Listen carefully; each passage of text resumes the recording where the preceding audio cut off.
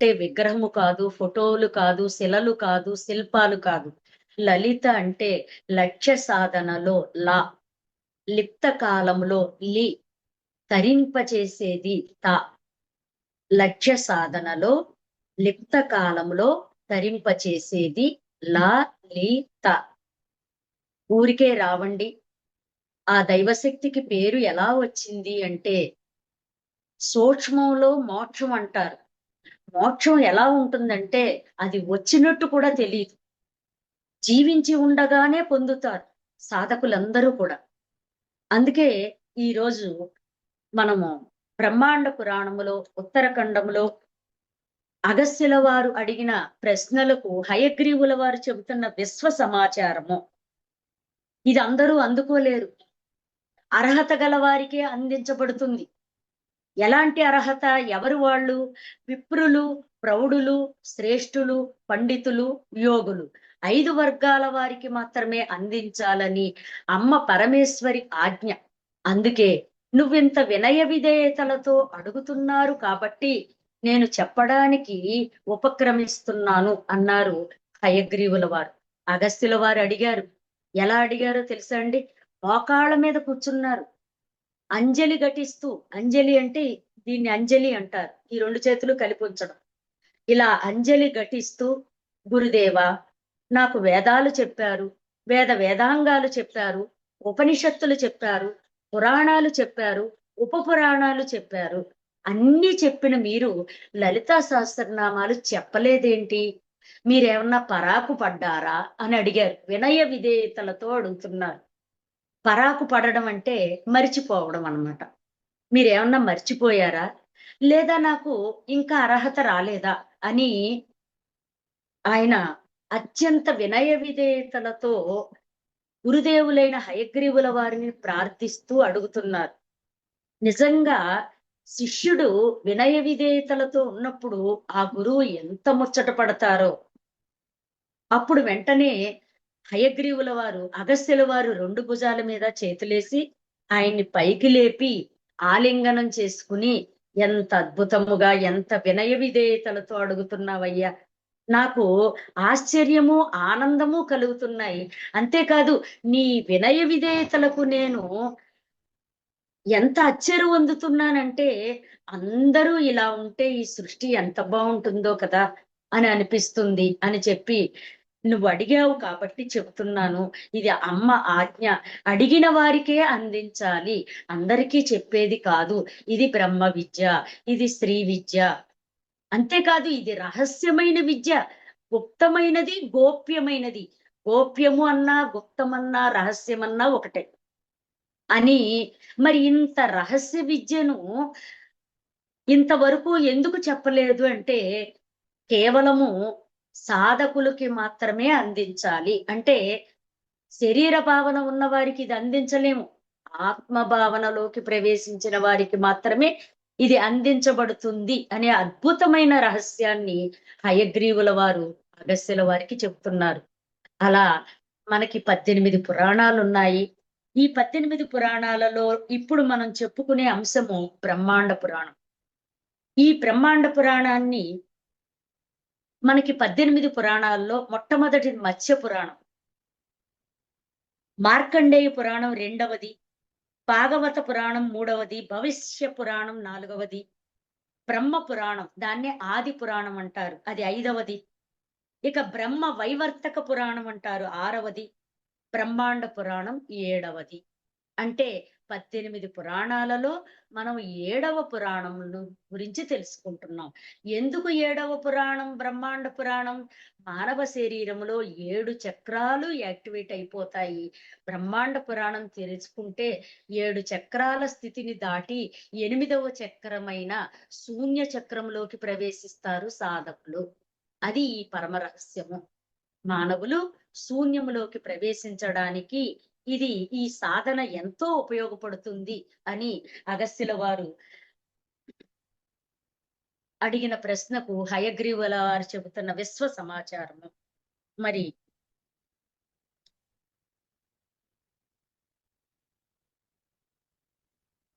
ఈ లలితా సహస్రనామాలు ఎలాంటిదయ్యా అంటే, జామ చెట్టుకి జామ పళ్ళే, నేరేడు చెట్టుకి నేరేడు పళ్ళు, మామిడి చెట్టుకి మామిడి పళ్ళు, సపోటా చెట్టుకి సపోటా పళ్ళు, సీతాఫలం చెట్లకి సీతాఫలం పళ్ళు. ఏ చెట్టుకి ఆ పళ్ళే కాస్తాయి. కానీ శ్రీ లలిత రహస్య సహస్రనామాలు అనే కల్పవృక్షానికి అన్ని రకాల పళ్ళు కాస్తాయటండి.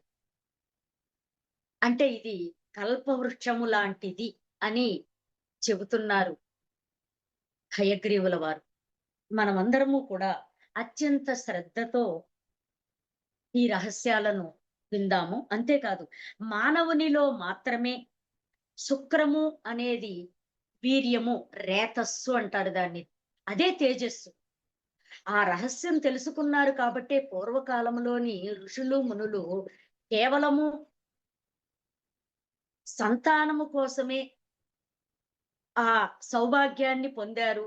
సంతానం ప్రాప్తించిన తర్వాత ఆ సౌభాగ్యాన్ని ఆపేశారు. ఎందుకంటే మానవుడిలో శక్తి వీర్యము. వీర్యమే రక్తముగా మారుతుంది. వీర్యమే ఇంద్రియ శక్తిగా మారుతుంది. వీర్యం అంటే శరీరమునకు ఇంధనము. బండికి ఆయిల్ ఎలాంటిదో అలాగే ఈ శరీరానికి వీర్యం అటువంటిది. ఆ అందుకే ఇవి రహస్య నామాలు. బయట మాట్లాడుకోవడానికి, చెప్పుకోవడానికి, వినడానికి కూడా కొంచెం ఆక్వర్డ్‌గా ఉంటాయి కాబట్టి రహస్య నామములు. బయట బయటంటే ప్రాపంచిక జీవితంలో ఉన్నవారికి ఎందుకు చెప్పకూడదంటే, వాళ్ళు ఈ మాటల మీద విశ్వాసము, నమ్మకము ఉంచలేరు. ఎందుకంటే, వారు కేవలం దైవాన్ని విగ్రహాలలో చూస్తారు, ఫోటోల్లో చూస్తారు. దేవుడంటే గుళ్ళోనే ఉంటాడు. దేవుడంటే మందిరాల్లోనే, మసీదుల్లోనే, చర్చిల్లోనే ఉంటాడు అనే భక్తి భావంలో ఉన్న వారికి వీటిని అందించకూడదు. ఇది అమ్మ ఆజ్ఞ అని అద్భుతంగా మనకి అందిస్తున్నారు. అసుర శక్తి ఉన్నవాళ్ళు, అసురీ ప్రవృత్తులు ఉన్నవాళ్ళు ఈ మాటలను ఇచ్చగించలేరు, ఇష్టపడరు. దైవీ శక్తి పరాయణులు, ఆత్మశక్తి పరాయణులకు ఇది గారెలు తిన్నంత కమ్మగా ఉంటుంది అని హయగ్రీవుల వారు అభిప్రాయాన్ని అగస్త్యుల వారికి అద్భుతంగా చెప్తున్నారు. వారిద్దరి యొక్క సంభాషణ ఎంత అద్భుతంగా ఉందంటే, ఇది అందరికీ అందించకూడదు. మరి అందరికీ అందించకూడదు, అడిగిన వారికి మాత్రమే చెప్పాలి అని మరి మీకందరికీ ఎందుకు చెప్తున్నాను? మీరు అడగలేదుగా నన్ను. ఒక్క ఒక్క సుచిత్ర మేడం గారే కదా! ఆవిడకే కదా ఈ అనుభూతి కలిగింది. మరి మీరందరికీ నేనెందుకు చెప్తున్నాను? అక్కడేమన్నారు హయగ్రీవుల వారు, అడిగిన వారికి మాత్రమే అందించాలయ్యా అన్నారు. అంటే దానిలో ఉన్న పరమార్థం ఏంటంటే, మనమంతా ఆత్మస్వరూపులము. ఎప్పుడైతే మనమంతా కలిసి ఒక్కసారి 10 సార్లక్కల ఒక్కసారి ధ్యానం చేస్తే చాలు. ఆ ఆత్మ అందరిలోనూ అలా చైతన్యము ప్రసరిస్తూ, ప్రసరిస్తూ ఉంటుంది. ఆత్మ అంటే ఏమీ లేదండి. ఒక దీపం, వెలుగు, కాంతి, డివైన్ పవర్, లైట్. మనమంతా కూడా తెలుసుకోవలసిన అద్భుతమైన సత్యం ఏంటంటే, మనమంతా దివ్య కాంతి స్వరూపులము. అందుకే మనకి సినిమాల్లో చూపిస్తారు. ఇందులోంచి ఒక దీపం వెంకటేశ్వర స్వామిలోకి వెళ్ళిపోయినట్టుగా, అన్నమయ్యలో దీపం ఇలా వెంకటేశ్వర స్వామిలోకి వెళ్ళిపోయినట్టుగా, భక్త తుకారంలోంచి దీపం ఇలా పాండురంగడులోకి వెళ్ళిపోయినట్టుగా, మీరాబాయిలోంచి దీపం ఇలా శ్రీకృష్ణ భగవానుడిలోకి వెళ్ళిపోయినట్టుగా ఎందుకు చూపిస్తారు అంటే, నిజానికి దర్శకులు కూడా బాగా బాగా స్టడీ చేసే మనకు అందిస్తారు. వాటిని మనం తీసి పారేయకూడదు. కాబట్టి ఆత్మ అంటే మనమే. మనమంతా దివ్య శక్తి స్వరూపులము, కాంతి శరీరధారులము. ఆ రహస్యాన్ని ఈరోజు ఈ బ్రహ్మాండ పురాణములో ఉత్తరఖండం ద్వారా తెలుసుకుంటున్నాము. ఇదంతా ఇంట్రడక్షన్. నేనింకా శ్లోకాల్లోకి వెళ్ళలేదు మొదటి శ్లోకంలోకి. ఇక్కడ ఒక రహస్యం చెప్పాలి. బ్రహ్మాండ పురాణం అంటే 18 పురాణాలలో 7వ పురాణం బ్రహ్మాండ పురాణం. ఈ బ్రహ్మాండ పురాణాన్ని 5 ఖండాలుగా విభజించారు. ఖండములు అంటే భాగాలు. 5 ఖండాలుగా విభజించారు. ఒకటి న్యాసఖండము, రెండవది పూజాఖండము, మూడవది హోమఖండము, నాలుగవది పునశ్చరణ ఖండము, ఐదవది రహస్య ఖండము. ఇదే ఉత్తరఖండము. 5 భాగాలుగా విభజించారు బ్రహ్మాండ పురాణాన్ని. మొదటి భాగంలో న్యాసఖండము. ఈ న్యాసఖండములో అంగన్యాస, కరన్యాసాలు అనే అద్భుతమైన పూజాది విధులు చెప్పారు. అంటే దైవాన్ని ఎలా కొలవాలి? ఏ పూలతో పూజించాలి? ఏ ఆకులతో అర్చిస్తే శుభము, మంగళకరము, ఎలాంటి ద్రవ్యాలు వాడాలి అని న్యాసఖండంలో చెప్పారు. అది షోడశ న్యాసము అంటే 16 షోడశ పూజ అంటారు. అలా అంగన్యాస, కరన్యాసములు అంటారు. అంగములు అంటే అంగాంగములు అంటే పాదం సమర్పయామి, పాదయో పాద్యం సమర్పయామి, హస్తయో అర్ఘ్యం సమర్పయామి, ముఖే ఆచమనీయం సమర్పయామి. అలా అంగాంగాలు, అంగాంగాలు అంటూ నీటితో ఉదకము అంటారు నీరు. నీటితో, పువ్వులతో, ఆకులతో అర్చించే విధానము మొదటి ఖండము. ఇది న్యాసఖండము అంటారు. ఇక రెండవది పూజాఖండము. ఈ పూజాఖండములో 108 సహస్ర అష్టోత్తర 1008 సహస్రనామాలతో అనేక పేర్లతో కలిసి అక్షింతలు, పసుపులు, కుంకుమలతో కలిసి పూజలు చేస్తూ ఉంటారు. పూజాఖండము. గమనించాలి. మీరు ప్రతి ఒక్క విషయాన్ని పట్టుకోవాలి మిత్రులారా. అత్యంత శ్రద్ధాశక్తులతో. ఎందుకంటే మీరు కూడా నాలాగే చెప్పాలి అని కోరుకుంటున్నాను. మీరు 100 మందికి, 1000 మందికి, 1,00,000 మందికి మీ ద్వారా బయటికి వెళ్ళాలి. మీరలా తయారవుతారని మనస, వాచ, కర్మణ, త్రికరణ శుద్ధిగా కోరుకుంటూ నేను ఈ సెషన్ ఒప్పుకున్నాను. నేను ఒప్పుకోవడానికి వెనకాల ఉన్న రహస్యం ఏంటంటే, మీరందరూ నాకంటే ఉత్తమంగా చెప్పాలని కోరుకుంటున్నాను. ఇది నాకు ఉన్న లక్ష్యము. ఇంతకు మించి వేరే ఆశలేమి నాకు లేవు. ఇదొక్కటే నా కోరిక.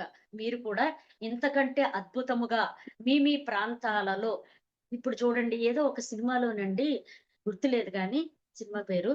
అదేం చేస్తుందంటే అక్కడ డాన్స్ నేర్చుకుని వెంటనే వచ్చి పిల్లలకి చెప్తుంది. ఒక చోట వంట నేర్చుకుని వెంటనే వచ్చి కొంతమందిని కూర్చోబెట్టి అది చేసి పెట్టేస్తుంది. నాకెంత ఆనందంగా అనిపించిందో. నిజంగానే కదా! మనం నేర్చుకుని ఇప్పుడు ఒక ఉపాధ్యాయుడున్నాడు. విద్యార్థులకు ఏ విధంగా చెప్పాలో తను ప్రాక్టీస్ చేసుకొని చెప్తాడు.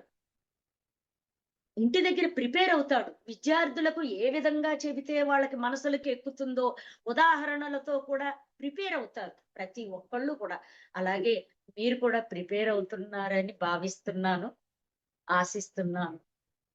అంతేకాదు ఇప్పుడు మనం 2 ఖండాలు చెప్పుకున్నాం. పూజాఖండం. అష్టోత్తర శతసహస్రనామాలతో కూడిన పూజలు. మూడవది పునశ్చరణ ఖండము. అంటే ఏంటంటే జపమాల. జపమాల తిప్పుతూ ఓం శ్రీమాత్రే నమః, ఓం శ్రీమాత్రే నమః పూసలు. లేదా ఓం నమః శివాయ, ఓం నమః శివాయ, ఓం నమో నారాయణాయ, ఓం నమో నారాయణ జపమాల. అది మూడవ పునశ్చరణ ఖండము. అందులో తులసి పూసలు వాడాలా? లేకపోతే గంధం పూసల, లేకపోతే రుద్రాక్షల, ఎలాంటి పూసలు వాడితే శ్రేయస్కరము, శుభము అనే విషయాన్ని ఆ పునశ్చరణ ఖండంలో చర్చించారు. ఇక నాలుగవది హోమఖండము. అంటే ఓం శ్రీమాత్రే నమః, ఓం శ్రీ మహారాజ్ఞై నమః, ఓం శ్రీమత్ సింహాసనేశ్వర్యై నమః, ఓం అంటే ఇలా ప్రతి పదానికి కూడా హోమద్రవ్యాలు, నవధాన్యాలు, ఆవు నెయ్యి ఇవన్నీ ఆహ్, వడ్డిస్తూ హోమఖండము. అంటే హోమం ఎలా చెయ్యాలి? ఏ విధంగా చేస్తే శుభము? ఏ విధంగా చేస్తే మంగళకరము? ఏ విధంగా చేస్తే ఆదిపరాశక్తి తృప్తిగా ఉంటుంది అనే రహస్యాలను 4వ ఖండంలో చెప్పారు. ఇక 5వ ఖండం ఏమీ చెప్పలేదండి. అదేంటి 4 ఖండాల్లోనూ అన్నీ చెప్పి 5వ ఖండంలో ఏమీ చెప్పలేదంటే, ఇక్కడ ఏ ద్రవ్యాలతోనూ అవసరం లేదు. మరి ఎందుకు రహస్య ఖండం అన్నారంటే, రహస్యంగా వెళుతుందట. మన నాసికారంధ్రముల ద్వారా శ్వాస మనకేం చెప్పెళ్ళదు. నేనెళ్తున్నాను, నువ్వు స్టడీగా ఉన్నావా? ఇలా మనకి మన ప్రమేయం లేకుండా, మన అనుమతి లేకుండా రహస్యముగా మన నాసికారంధ్రముల ద్వారా లోపలికి ప్రయాణిస్తూ అంగాంగాలను నడిపిస్తూ ఉన్న అద్భుతమైన శక్తి.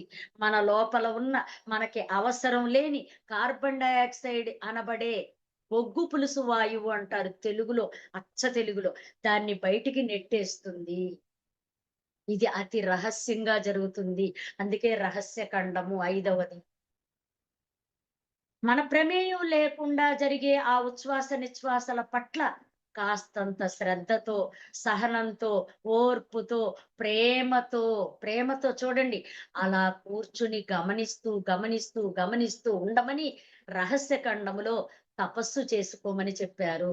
అక్కడ పూజలు, జపమాలలు, మరి అంగన్యాస, కరన్యాస, షోడశోపచార పూజలు, అభిషేకాలు, అర్చనలు అన్నీ చెప్పి ఇక్కడ మాత్రం ఏమీ చెయ్యొద్దని చెప్పారు.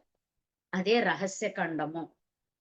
బ్రహ్మాండ పురాణములో ఉత్తరఖండము 5వ భాగమైన రహస్య ఖండములో ఉన్న రహస్యాలు మనం ఈ రోజు నుంచి చెప్పుకోవడం ప్రారంభిస్తున్నాము. ఈ రహస్య ఖండము అందరికీ అందించేది కాదు అగస్త్య. కేవలము మహర్షులు, దేవతలు సామ్రాజ్య పట్టాభిషేకం చేసుకుని, పట్టాభిషేకం అంటే ఏంటో తెలుసా అండి? మన శరీరంలో ఉన్న ఆత్మకి ప్రతిరోజు పట్టాభిషేకమే. శక్తి. ఆ శక్తి ఎలా వస్తుంది? ఆ ఉచ్ఛ్వాస నిశ్వాసముల ద్వారా. అలా శక్తిని మనము గ్రహించుకుంటాము అని ఉద్దేశంతో ఈ ఉత్తరఖండములో అద్భుతమైన రహస్యాలు చెప్తున్నారు. నిజానికి లలితా సహస్రనామాలు అంటే అది ఒక దేవతా స్వరూపానికి సంబంధించిన నామాలు కాదు. అందులో ఉన్నది గురు శిష్యుల అనుబంధము, గురు శిష్యుల అన్యోన్య తాదాత్మ్యం, ఆత్మ పరమాత్మల సంయోగము, మానవుడు శరీర రూపధారిగా ఎలా ఆవిర్భవిస్తున్నాడు, శరీరములో అంగాంగములు ఏ విధంగా ఏర్పడుతున్నాయి, ఏ విధమైన ఆహార పదార్థములు స్వీకరించాలి, శరీరములో శిశువు ఆత్మగా ప్రవేశించినప్పుడు తల్లి తీసుకోవలసిన ఆహార పదార్థములు, అలాగే 9 నెలల 9 రోజులు శిశువు తల్లి గర్భములో పెరుగుతున్నప్పుడు తల్లి తీసుకోవలసిన జాగ్రత్తలు, ఆహార పదార్థాలతో కూడిన శ్రద్ధ, ఇలాంటి అన్ని విషయాల పట్ల సాధన రహస్యాలు, సాధనలో ఉన్న శక్తి, గురువు పట్ల శిష్యుడికి ఉండవలసిన విధేయత, సృష్టి రహస్యాలు, ప్రకృతి రహస్యాలు, పంచభూతాల యొక్క రహస్యాలు, ఇలాంటివన్నీ కూడా 182.5 శ్లోకాలలో మనకి అందించారు వసిన్యాది వాగ్దేవతలు. ముందుగా వసిన్యాది వాగ్దేవతలైన అష్టమాతృకలకు మనందరి తరపున అనంత కోటి ఆత్మీయ ప్రణామములు. ఎవరా వసిన్యాది వాగ్దేవతలు అంటే అమ్మ యొక్క అంశమాతృకలు. అమ్మ తన నుంచి ఒక 8 శక్తులను ఉద్భవింపజేసినది. ఆ 8 శక్తులు అమ్మ యొక్క ఈ అద్భుతమైన చరిత్రను మనకి అందిస్తున్నారు. అమ్మంటే బొమ్మ కాదండి. అమ్మంటే విశ్వమయ ప్రాణశక్తి, కాస్మిక్ ఎనర్జీ అంటున్నారు శాస్త్రవేత్తలు, ఋషులు. ఇప్పుడు ఆధునిక శాస్త్రవేత్తలు కాస్మోస్, కాస్మిక్ అంటున్నారు. మనమేమంటున్నాం? ఆది పరాశక్తి అంటున్నాము. ఆది అంటే సృష్టి ప్రారంభము చేసిన తల్లి. ఆ తల్లే సృష్టి ప్రారంభం చేసినది. ఈ సృష్టి ప్రారంభములో ఏమీ లేదండి. కటిక చీకటి, గాఢాంధకారము. ఆ గాఢాంధకారములోంచి ఒక అద్భుతమైన వెలుగు ప్రసరించింది. అదే మహాసంకల్పము. ఆ సృష్టికి కలిగిన మహాసంకల్పము ఒక మహావిస్ఫోటనం చెందినది. ఆ మహావిస్ఫోటనము శివుడు, శక్తి కలయికతో ఏర్పడినది. అంటే ఆ గాఢాంధకారములో రెండున్నాయి. అవేంటంటే జ్ఞానము, శక్తి. బాగా పట్టుకోవాలి మీరు ఈ మాటలు. ఆ గాఢాంధకారంలో రెండున్నాయి. జ్ఞానము, శక్తి. జ్ఞానమును శివుడు అన్నారు, శక్తిని అమ్మవారు అన్నారు. ఈ శివశక్తులు సృష్టి ప్రారంభములో ఒక మహావిస్ఫోటనముతో సృష్టిలోకి ప్రారంభించారు.